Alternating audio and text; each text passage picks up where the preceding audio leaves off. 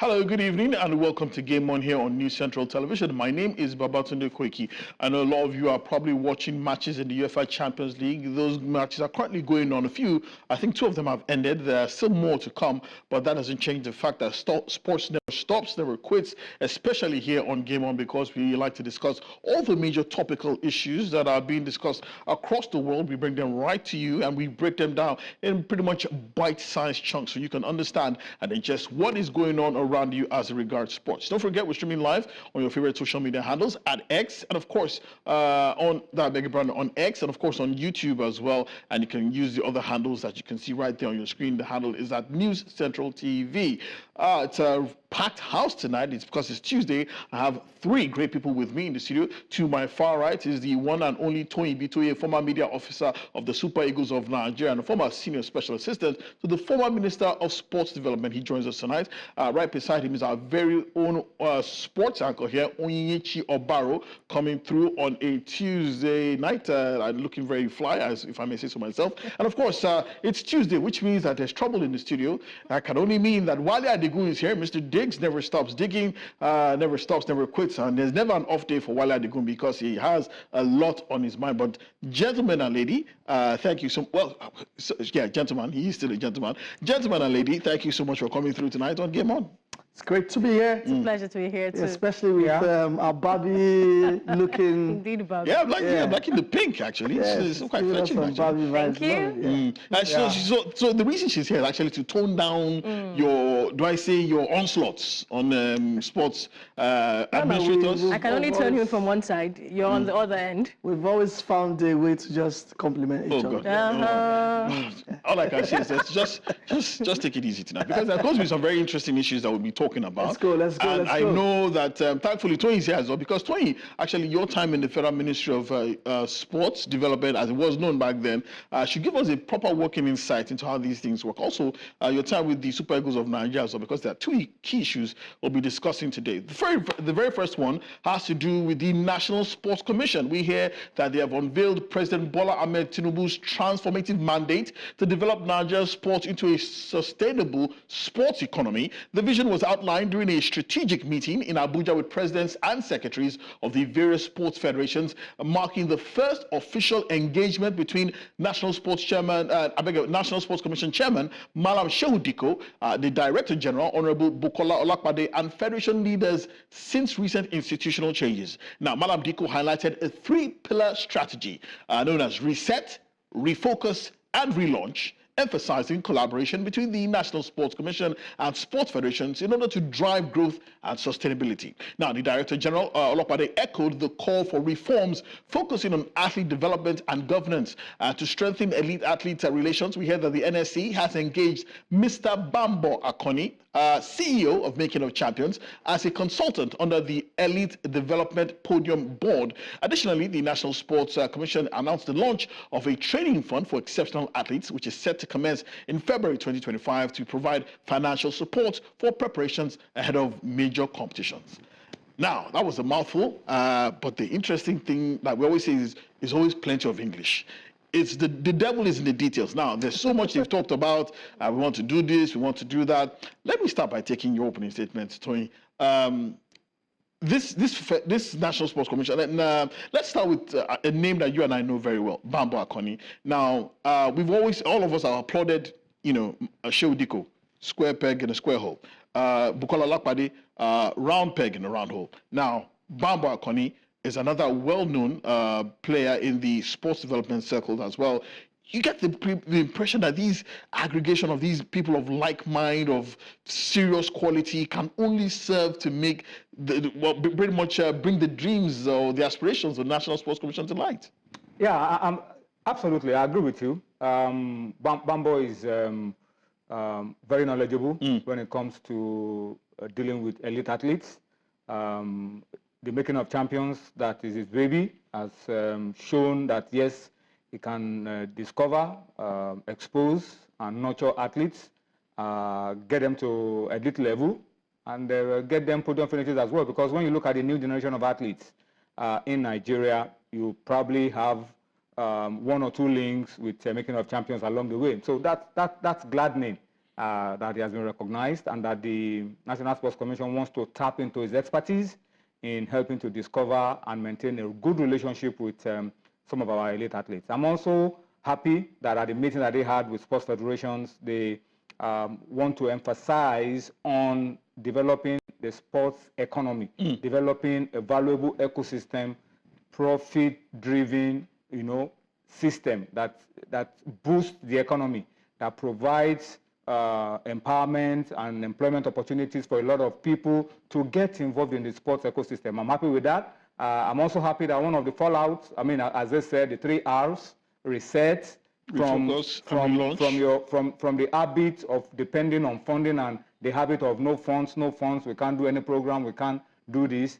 You reset, you refocus, and then you relaunch. I'm happy with those 3 R's. It says plenty English. It's buzzwords are never the problem in Nigeria. But I'm happy that they are also thinking about structuring those sports federations to be effective in the area of being able to approach the private sector and get a lot of funding with, chief marketing officers, with marketing backgrounds, with sports business backgrounds, to help these sports federations to be able to connect with the private sector and be able to get funding on board. But in all of this, what I think is critical is that corporate governance, putting a structure in place for corporate governance opens you up to... Within the federations or within the National Sports Commission? Both the National Sports Commission and the sports federations. Corporate governance opens you up, makes you transparent. And once you are transparent and people can depend on you and rely on you and be sure that funds will be judiciously used. They're willing to do business with you. They will be willing to do business with you. So those, for me, are the building blocks of what you need to transform the sports sector. Okay, let me come to you, Onye. They also announced the launch of a training fund for exceptional athletes, which is set to commence in 2025, and it's supposed to, for what we hear, provide financial support for preparations ahead of major competitions. Now, that looks like a great program. On paper, that's if it's be put to work, because our athletes have always complained about the environment where they train, not conducive enough, the facilities they train with, not at par with international standard, what they see when they go for international competition. So if this is not going to be just words being said, if action is going to be put to word, I think it will go a long way for the athletes, and especially for their exceptional athletes, not just for everyone. Yeah, so we don't have to waste. Athletes. Yes, we don't have to just put everybody, Tom, Dick, and Harry, giving them the particular funds. And then a lot of these athletes have actually complained about, having to dip into their own pockets to pay for training programs. Aryna did mention that he had to use his own money to go Shade Olatoye as well. She mentioned it as having to pay for coaches, pay for nutritionists, I have pay a for question. masseurs. How do you determine an exceptional athlete? That's we have pretty a key. bias here. The bias here is determining exceptional athletes as athletes who are abroad. Okay. No. We also that's the bias here. Do we have exceptional athletes here in Nigeria? So do we have them abroad? If we have them abroad, why didn't we go for us in Paris? No, I think what I'm saying is that if we are not careful, we might start falling into that loophole of saying elite athletes are the ones who. And remember, build up to the Paris Olympics, there was a problem between the athletes based there and the ones that were abroad in terms of the funds. We have to tread cautiously, because we also have to realize that we have exceptional athletes here who just need to be pruned, who need to be harnessed. So we have to determine who is an exceptional athlete. I think the standard for measuring who is an exceptional athlete and elite athlete are standards of performance that you have set. Let me give an example of the 100 meters, for example. If you set a standard of 9.95 for elite athletes that will be eligible to receive funding, it doesn't matter anymore where they are based. True. Once you are able to meet that qualifying time, then you qualify. So far, they can use those metrics. So it doesn't really matter where you are based. Interesting question, Wale. Let's use football as an analogy. Would you say that our best players are in Nigeria or abroad? Yeah, I mean, our best players are abroad, right? Okay. Yeah. So why do you think that our best athletes are what not? applies to football doesn't apply to athletics. They're different sports. Okay. We have to be very, very explicit about that. But I just wanted to talk about Bamba Akoni. I'm delighted about this. But once again, caution.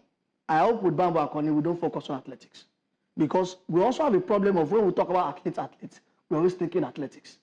Our athletes are cut across sports. I think Bambo's area of specialty is track and field. Yes. So I'm sure that's where his influence. So if his influence is going to be there, are we going to have other people like Bamba, other Bamba Akonis for other sports? We need to determine that. Because see, once again, let's be careful that we don't focus on athletics. I agree with you. But you know what? The largest chunk of contingents to international competition are always the athletes, track and field. Yeah. So that's what it takes care of. Of course, you can't expect Bambo to be in charge for football, or to be in charge of elite athletes in handball or table tennis. And finally, we've talked about this a couple of times on the show. There is a risk that we might be running a two-man show, the NSC. When is the board going to be appointed? We saw the photo optics right there. Yeah. They're just two of them. It's important that you have the board and you can separate parts, you can delegate. The responsibility of setting up the board is beyond the two guys. Oh, yeah, I know that. So they can only do what they have to do now. And not wait until the board is, because in Nigeria we know how things operate. It may take you another 4 months or 5 months before we begin to get to the level of knowing. We didn't appoint ministers for almost a year, if I recall. But these guys can get to work, meet with the key actors who are the federation presidents and their secretaries, and get to work. And when the board comes on board, it's pretty much plug and play. Continue with that dream. I'm also happy about the launch of the Esports Federation. Oh yeah, very key. Because I know we can also leverage on gaming. You know, with all that Dr. C did say. Absolutely, been, funding the whole thing a long time. So Esports Federation, the launch, I think is a good one from that meeting. Yeah. So what we hear now is that esports is actually going to be another federation under the purview of the National Sports Commission, which is pretty important, because esports is one of the fastest growing subsections of the I would want them to operate, I mean, differently, a little bit differently from the other sports federation that receive funding from the federal government. I would want them to operate more like the golf federation is operating, pretty much run independently, and is able to just go on and do their own without recourse to regulations and all of that. Because he has tendency to be able to... It's a bit more unique. Revenue. Yeah, it's a bit more unique than the other, legacy sports. Like we have the polo, like we have the golf. I hope the gaming can also run that way. Interestingly, we also heard that there's going to be a National Sports Development Fund and a National Sports Infrastructure Board. Both of them will be established through legislative acts. The first one, I'm not sure exactly what that one is, but the National Sports Infrastructure Board, I think that one is way overdue. The fund will have to do with generating funds for what we talked about, grants, for elite athletes and. So basically, is it that with this board, this fund will basically be set up to attract funds from the private sector, from the national lottery? For the purpose of development, for the purpose of grassroots development of sports, so that you don't wait for government budgets to train your athletes, to go for competitions, for all of that. I think that's what that board will probably address, and that's been very key to but what about the infrastructure board? I'm really key about that one, because we did a very detailed look at the state of Nigeria infrastructure owned by the federal government. We did one on the national sports, the national stadium in Surulere, the national stadium in Abuja as well. I mean, government-owned facilities are all of these things are early morning gra-gra. Let's be very honest. You remember the mecca that our sports ministers used to pay to the national stadium anytime they become sports ministers. They go to the national stadium in Surulere and go and cry. And promise. They cry and say, oh, it happened. So let's be calm. These are buzzwords being thrown around. I wanted to even ask us that, at what point do we start saying, we want to start seeing the seeds of what this sports commission at what point? So we can start asking questions. What duration do we have? Well, I think we have to wait until maybe the board itself is fully constituted. No, we can't wait. 27 we should not wait. We have to start seeing the results as quickly as they have to hit the ground running. We don't have the time. But it's just 2 men. They're already working. Okay. I mean, they're already working. They've already appointed the consultant. So the consultant doesn't need to wait for a board before it starts to do what it has to do. Okay. The infrastructure board, needs legislation so that it can be backed up by the law. But I think it's going to take time. I believe it is something that we need, because if you look at the state of government facilities everywhere, it is disastrous. So we need that. I hope it is able to work differently and is able to source for funds independently, because the problem with government facilities is that money to maintain them is never anywhere to be non-existent. So if they come on and they are backed up by legislature, they can get to work and help to bring back some of these facilities. Okay, finally, before we leave this particular topic, the chairman of the National Sports Commission, Diko, said 2 weeks ago that Paris 2024 would be the last time Nigeria will go to an Olympic Games and not win a single medal. Oh yeah, is he setting himself off? I do not think he is. He's just maybe trying to set the tone to tell us that preparations should start now. Okay. And I think that's the mandate saying that is, because the truth is that was a disappointing performance. It was a disaster. You're saying yes, disappointing. No. So preparation for Los Angeles 2028 begins now, and if the National Sport Commission director is already saying that, I think it's a step up. It's also a mandate that it's not going to be acceptable next for the next following Olympics. the president's agenda. Mandate, yeah. Renewed hope. It's only renewed now. The truth of the matter is, But with all these things he's setting out, I don't want my hope renewed. I want my hope to be solidified. Wait. I want But Wale, you have to understand that a country like Nigeria with a strong sporting legacy and heritage, we cannot 200 have that million kind of people cannot be performance. going to an Olympic Games and not win a single medal. But I understand that. But do we put structures in place? But those are the structures we're trying to. Those are the things we're trying to do now. If he makes that kind of pronouncement, is definitely going to be judged by those kind of pronouncements. Absolutely. If he's saying that this is the last time, then he's setting He was up. speaking to media here in Lagos. So he has to ensure that he's judged by the pronouncement he's making. But for me, he also says a few things that I believe are even a lot more important than going for competitions and winning medals. He's talked about being able to get to the grassroots and develop a process of generating talents. Exactly. That for me is a lot more sustainable. We're talking about an ecosystem for sports.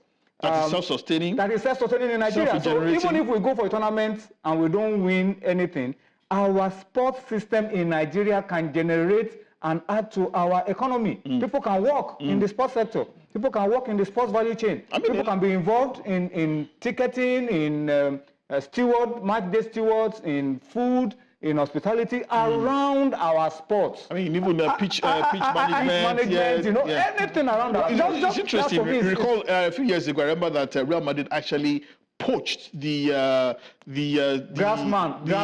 pitch. What's his name again? The guy in charge of the pitch at the Emirates Stadium. They had to buy out his contract. It was signed on like a player. Yeah. So that's. I wanted to just wrap up my thoughts. I just want to sum my thoughts by saying that, I mean, I think people like Shehu Diko, Olopade should be thinking about creating a system or an ecosystem that can outlive them. And when they now look back and say, okay, this is what I set up. We did this. Not talking about going to the Olympics and don't. No. You could go to those Olympics and don't. But talk about how I want to create an ecosystem, a structure that will outlive me, and history or posterity will remember me that I created a sports commission that made things viable. That's what I think they should be thinking. Look at Ocheo who came last week. He talked about how the vision is 2020, is 2032, not 2028. We should be thinking long-term, although there should be medium-term and short-term goals, right? But they should be attainable. Okay, we have to move on. And I think it's very important that we reiterate on this show that the problem of Nigeria is pretty simple. We've learned to build strong men instead of strong institutions. Exactly. And that is where we should actually have our reset, refocus, and relaunch in terms of building strong institutions instead of strong men. Just strong men. Let's move on. Talk about boxing. The Nigeria Boxing Federation has announced plans for early preparations ahead of the 2028 Olympic Games following their disappointing outing at the Paris 2024 Games. MBF interim president Azania Omoagege revealed that the federation would revive the Nigerian Boxing League as part of its long-term strategy to develop the sport. Nigeria endured a disastrous boxing campaign in Paris, where their last hope at the tournament or at the competition, Adam Olari crashed out in the round of 16 of the men's 92-kilogram heavyweight category. The situation was compounded by Cynthia Ogunshemilori's doping-related disqualification and Dolapo Omole's injury withdrawal as well. But thankfully, we've had some private initiatives. The Yucatec Boxing League has been an absolute revelation in terms of breeding the next generation of amateur boxers. So if the Nigeria Boxing Federation can come up with their own boxing league as well and harmonize both programs, I think it can only serve to improve Nigeria's boxing fortunes. Don't forget, Nigeria actually had an incredible outing at the Africa Games, winning multiple medals, the best ever performance by a boxing team in the history of the African Games. So it was a major surprise. And we had a few medals as well at the Commonwealth Games in 2002. Yeah, so it was a major surprise for a lot of people that Nigeria couldn't even hack it at the Olympic Games. 2022, yes. Yeah, okay. So let's move on. Still talking about world-class sporting events. The Commonwealth Fencing Federation has dispatched a delegation to Nigeria ahead of the 2024 Men's Junior EP Fencing World Cup, which is scheduled for the 14th to the 15th of December here in Lagos at the Charterhouse School. And this visit is a critical step in evaluating Nigeria's readiness to host the 2026 Commonwealth Fencing Championships. Leading the delegation is Peter Smith, chairman of the CFF Technical Committee, who will assess the tournament's organization and facilities over the two-day event. President of the Nigerian Fencing Federation, Aryna Samuel, described the visit as an opportunity to demonstrate the country's capabilities and readiness to host the international fencing community, potentially setting the stage for Nigeria to host the prestigious Commonwealth Championships in 2026. I think this is pretty fair. You've interacted quite closely with Aryna Samuel. You get the impression that he wants to take a quantum leap in terms of how this sport, which is regarded as probably the youngest in Nigeria, is viewed in this country. But the question is about it being still an elitist sport still remains to be solved. Yes, it still remains unsolved because fencing is very expensive. Yeesh. Very, very expensive. He did point that out when I had that conversation with him.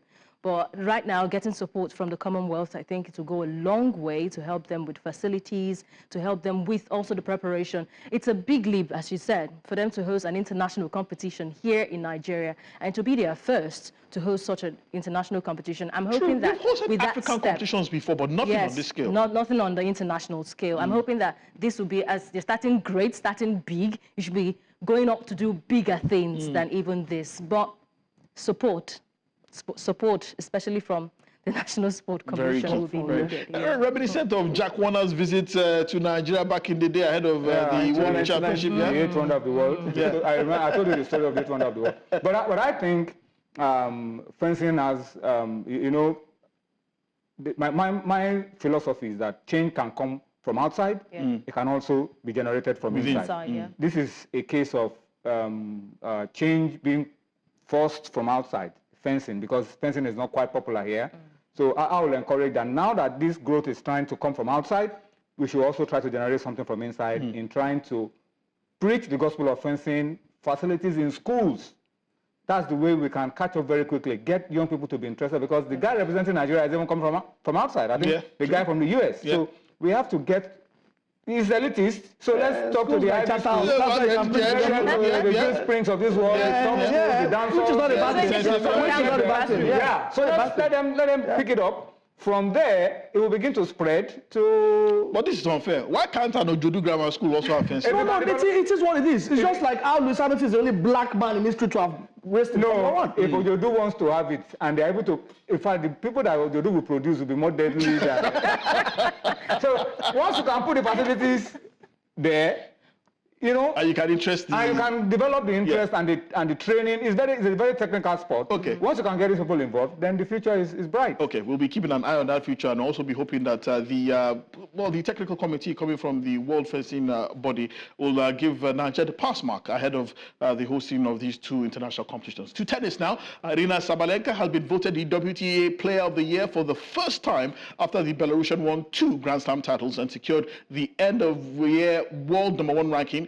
After successfully defending her Australian Open trophy in January, Sabalenka won the US Open crown in September for her 3rd Grand Slam title and leapfrogged Iga Swiatek to top the world rankings a month later. She also won tournaments in Cincinnati and Wuhan to end her 2024 campaign with 4 titles. Congratulations to Aryna Sabalenka, who was voted WTA Player of the Year. And she's still a neutral. She's still playing as a neutral because of Belarus's... So this is really a wonderful year for for Aryna Sabalenka, for the fact that she even got the #1. Ahead of Iga Swiatek, Yes, who had ranking a wonderful She year. also saw the tragedy of losing a partner. Yes, she Very did. true. And in spite of all that, she has risen like a unicorn.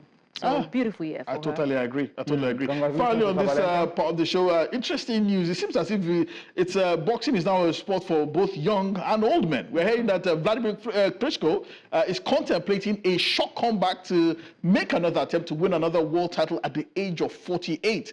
Klitschko, who has not boxed since his 2017 loss to Anthony Joshua, but we're hearing speculation being ignited that the Ukrainian, once a dominant heavyweight world champion in his time, could be tempted out of retirement to seek a record-breaking title victory. Meanwhile, there are 4 major belts on the line. Tyson Fury and Alexander Usyk will fight for 3 of them. That's the WBC, WBO, and WBA on the 21st of December in their rematch. Daniel Luba holds the 4th and final belt. That's the IBF heavyweight title after the spectacularly defenestrating and dismantling, destroying, should I continue? Anthony Joshua just a few months ago. But Vladimir Klitschko, Grandpa Vladimir Klitschko, what is good? First was Tyson, now Klitschko at 48. He's bored. Yeah, I think It couldn't be boredom or money boredom. because the Saudis are throwing a lot of money around. I heard that Turkey al-Sheikh was the person who was mooting this idea of bringing him out of retirement. Al-Sheikh talks a good game. Yeah, if there's the opportunity to get Klitschko back into the ring, he'll definitely take it.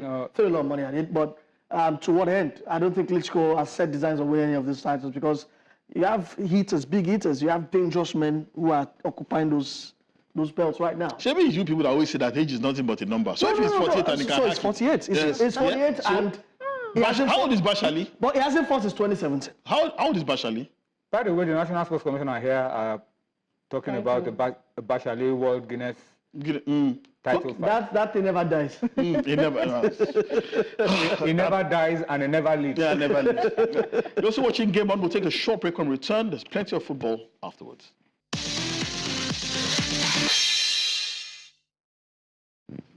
Thank you for staying tuned. You're still watching Game On. I really wish you had the camera in the studio to see what goes on when we're on an ad break because it's just as entertaining as what we bring to you here on the show. But without further ado, let's dive into the football now.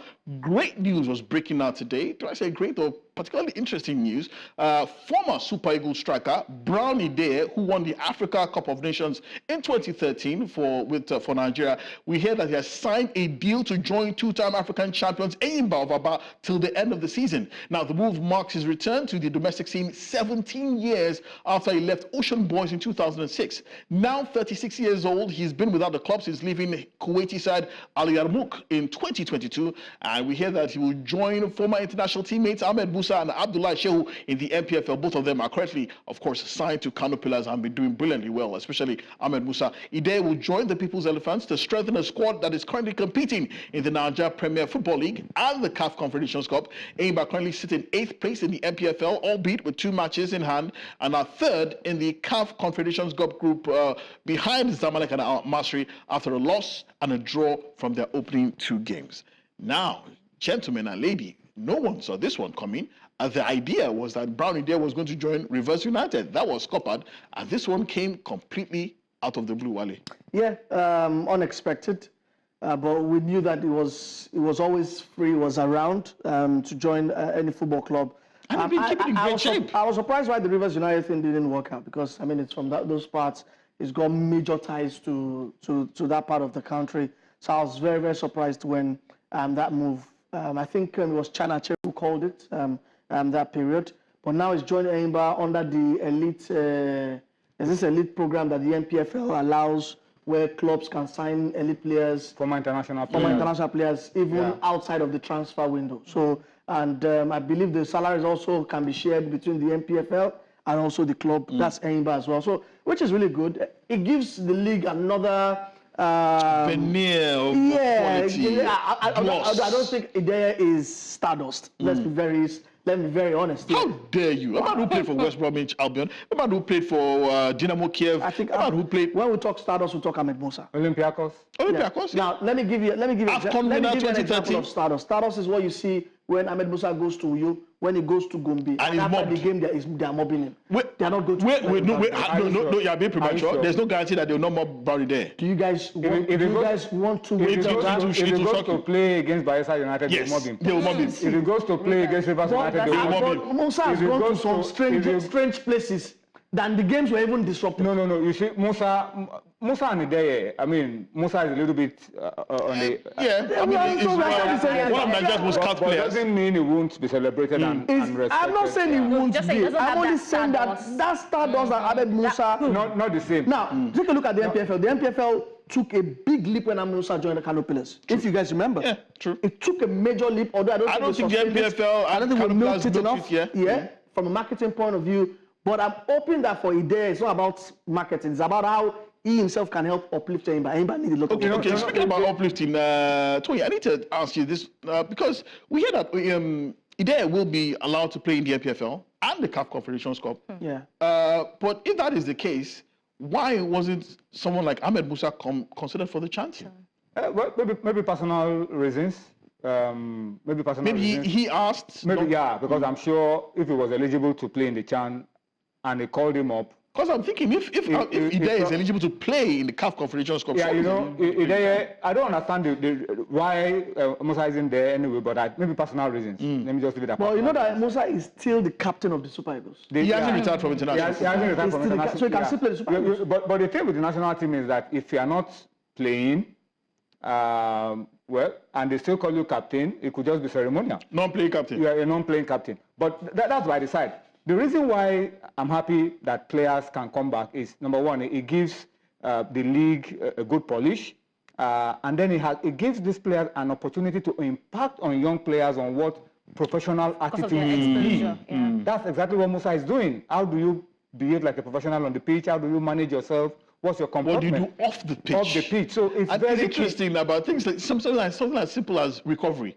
You ask the average Nigerian Premier League player, go and do your recovery, and they'll be standing wondering what does it mean? What does it mean? Yeah. So that's a fantastic opportunity that this provides for these players to learn from the best. You don't know what impact Ahmed Musa is making on some of the youngsters in Kano Pillars right now, who are now learning a few tricks from him. Or even other clubs. And it will help them when they probably go out and they understand that, look, this is how you behave as a professional. This is the kind of food you eat. This is how you manage yourself. This is how you recover. This is how you think about the game. How many hours you should sleep in a day. That's what I hope Brown can also impact on Enyimba. One thing that can definitely impact is his hairstyle and his fashion sense, because Brown is an absolute fashion. In the CAF Confederation Cup. An absolute professional. For those of us who have worked with him, he is an absolute professional, disciplined on and off the pitch. Quite very humble, quiet, humble, easygoing, but on the pitch he does the job. So I wish him the best of luck. Yeah, so we are doing our very best to get Brownie there back on Game On, because earlier this year he was actually on our sports shows during the Africa Cup of Nations. He was one of our pundits that we reached out to,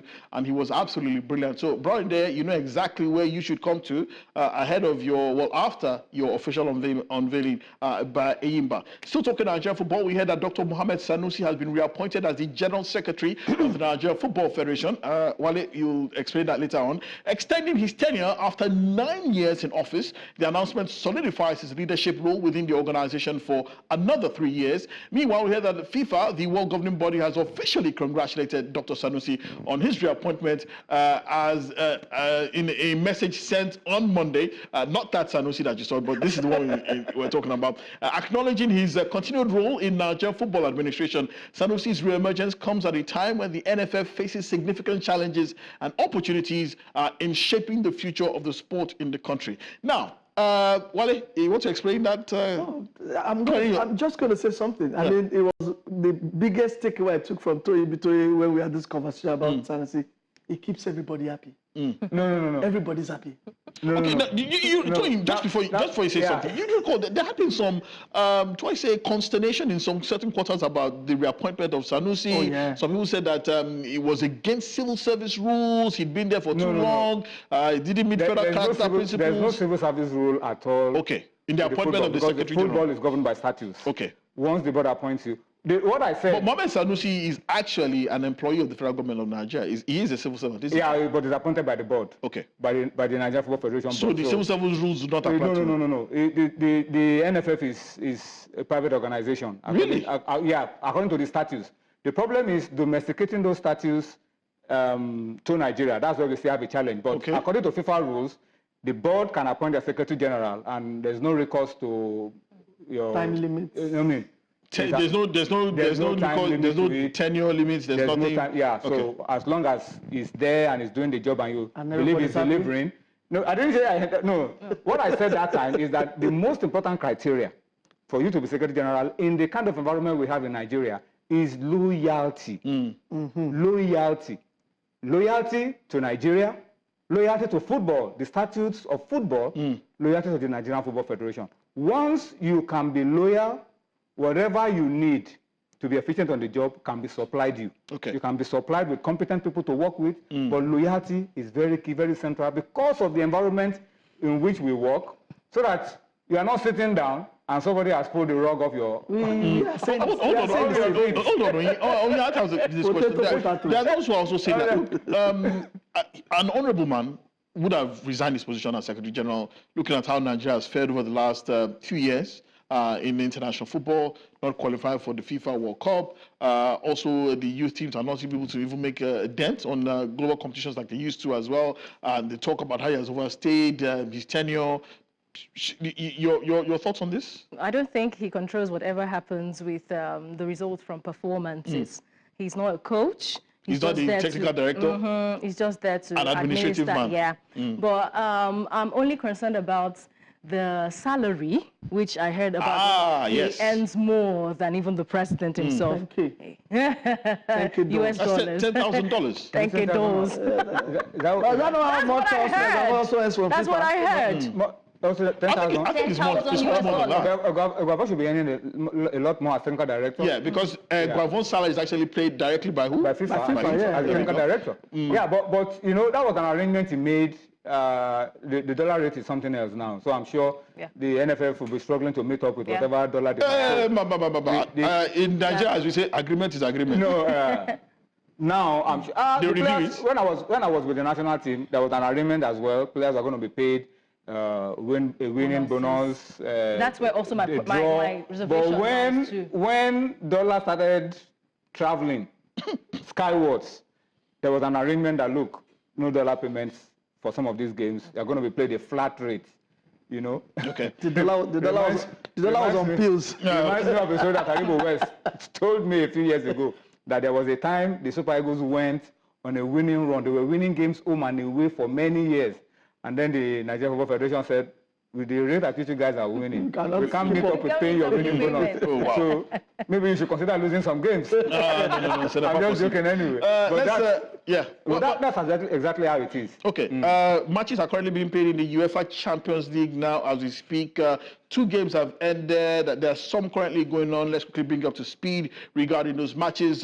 Earlier on, Dinamo Zagreb and the Celtic played at a goalless draw. Girona lost 1-0 at home to Liverpool thanks to Mohamed Salah penalty. And other results currently going on now. Real Madrid are leading 1-0 away at Atalanta. Bayer Leverkusen and Internazionale Milan is currently goalless as well. Brest and PSV Eindhoven is currently goalless as well. Club Brugge and that's the name of the club. That's the name of the club. Why didn't you call the other names of the other? Wale, that's the name of the club. You like to call that name? Yeah. But that's a big result, though. That's a big one for Brest. Yeah. So Club Brugge and Sporting Lisbon are currently locked at 1-1 as well. RB Leipzig and Aston Villa are currently 1-1 as well. Salzburg and PSG actually leading 1-0 away at Salzburg, who've had a torrid campaign, while Shakhtar Donetsk and Bayern Munich is also 1-1 as we speak as well. Moving on very quickly, let's say that players and officials of the Nigerian under-15 boys, also known as the Future Eagles, will leave the country in the early hours of Wednesday, the 11th of December, for Morocco, where the team is scheduled to face their Moroccan counterparts in 2 international friendly games. This will be the team's first international experience since the inception of the FIFA Talent Development Scheme in the country. And head of that delegation, Mr. Nasiru Jibril, said playing in Morocco is a deliberate attempt and a pragmatic way of equipping the young talented players discovered in the country through the FIFA Talent Development development scheme. And he noted that exposing the players to best facilities and playing internationally will further shape the country's awakening with regards to the impending annual AFCON Under-17 and annual FIFA Under-17 tournaments. Don't forget that has changed now. We have a FIFA Under-17 every year that is played every year. And I think the next 5 editions will be played in Morocco. In Morocco.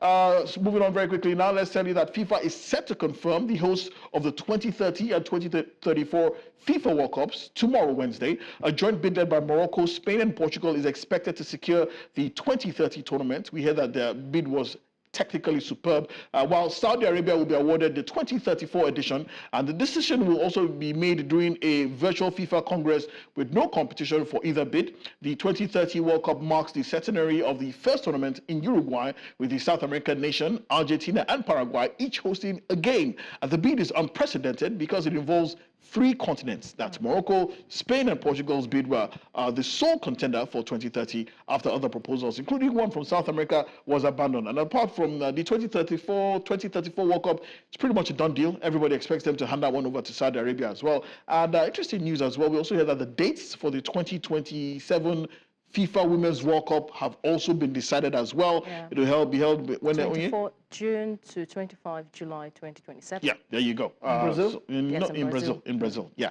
Very quickly, we hear that Nigerian international striker Victor Osimhen is set to be sidelined for approximately 2 weeks due to an injury, ruling him out of at least 3 upcoming matches.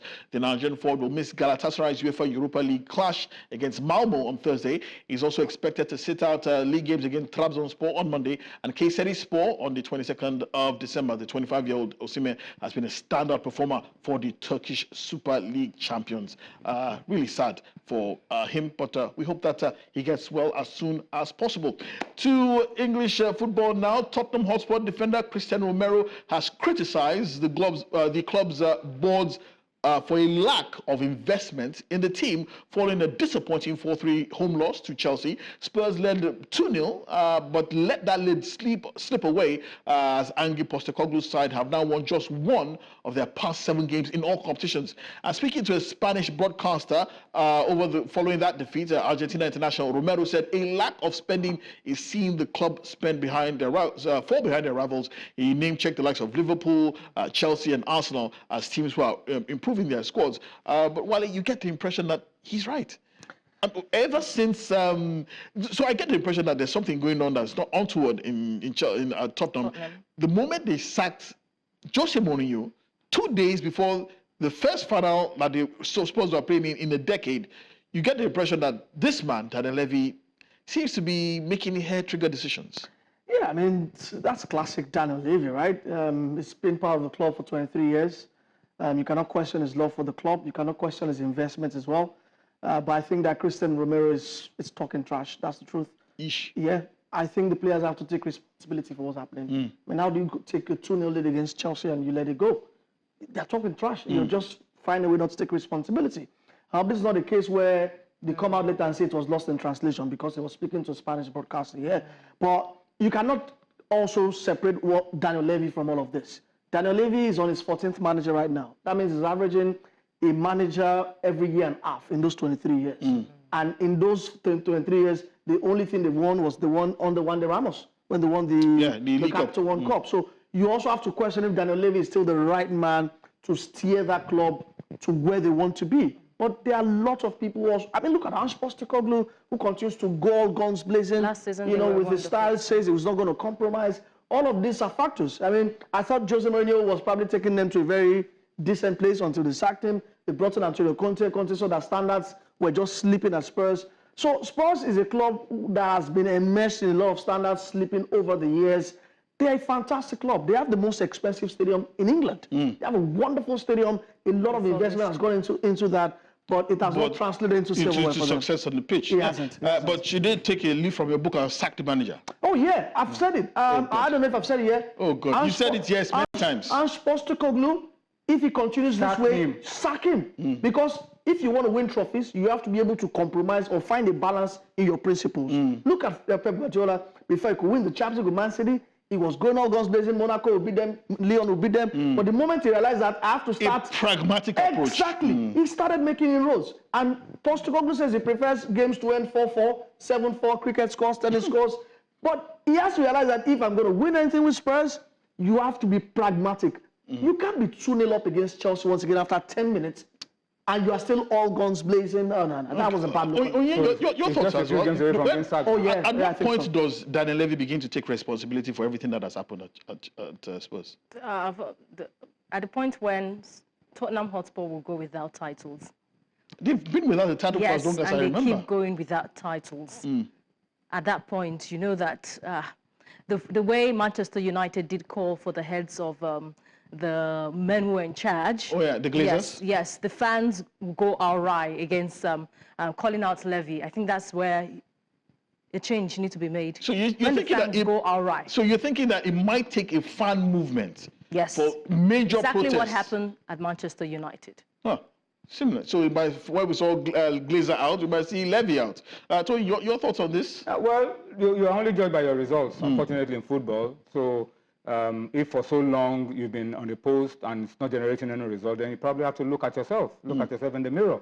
And let's see what you need to do. Because it's unacceptable that a club of Tottenham's stature and the pedigree and the quality of players available to them, they are always flattering to deceive. So it's really worrying. But Cristiano Romero said something about them, Levy, about the board not investing in the team. Is he right? They're investing. I mean, if you go ahead and spend $1 billion on your stadium, you cannot. No, he said in the team. Yeah, I'm saying that after you spend $1 billion on the stadium, it is difficult to all go out. Look at Arsenal. Just hold on. Who went on years of austerity after they built the Emirates Stadium. Just hold on. They sold a club legend like Harry Kane and replaced him with John Solanke. So is that an investment? That's cost them about 54 million. Also had an injury before even the start of the season. Should they have gone for someone? No, who should they have gone for? They've gone with John Solanke, whose numbers were not bad at Bournemouth. They've made some other acquisitions as well. Madison as well, the Johnson guy. Iga Swiatek, So they've made some investments. But of course, as Wale said, you've invested heavily in the stadium. You don't have too much not exactly to you. flush with so cash. You have to, get these guys in. And you know the funny thing here? Romero is one of the players who have let them down this season. He's a World Cup winner, fantastic defender, but they are occasionally this season, when he's defending, his concentration levels have been absurd. So I'm surprised he's the one, Maybe he's thinking about the club. Yeah, well, I can imagine. Let's move on finally on this part of the show. Let's say that Kivica Kvaratskhelia